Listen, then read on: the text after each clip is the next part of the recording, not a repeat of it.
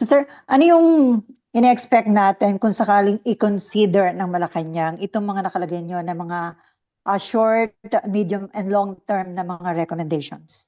Dito sa page 2 ng executive summary, number 3 in the short term, Mm. I'm advising the DOE to already start putting in place a framework for rationing or rationing fuel.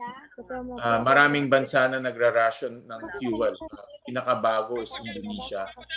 And napanood ko yung statement ng ating Pangulo this morning, tsaka tinitingnan ko yung report. Nagpadala ng report sa akin ang DOE.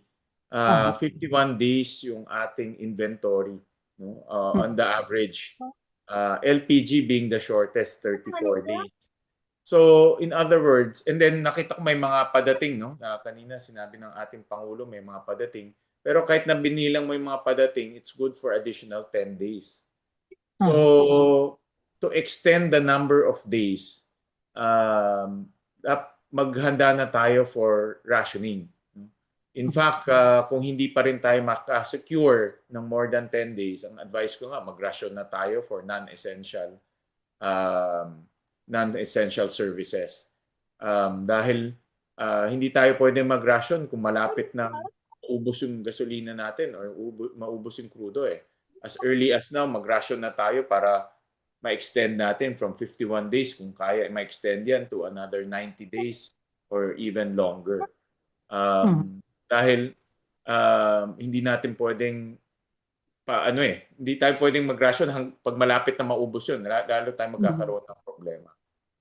So sir, kapag nagkaroon ng fuel rationing, it means limited na yung pwedeng mabili ng tao ng gasolina? Kumbaga may mga limitation yung pwede nilang bilhin?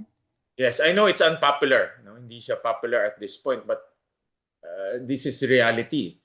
Hanggang 51 days lang ang ating gasolina. Pag inantay pa natin yan ng malapitan, magkakaproblema tayo. No? So mas maganda pang i-extend natin yan ng mas mahaba para makasurvive, makasurvive at makatawid tayo. May mga kausap ako mga private sector companies and they're open sila dahil alam nila importante 'yun. So yung mga essentials of course dapat protektahan yung katulad ng mga ambulansya, bombero, police, defense, Philippine Coast Guard. Pero kung mga non-essential naman, pang mga leisure, pwede na tayong sa aking pag-aanalisa, pwede na tayong mag-ration.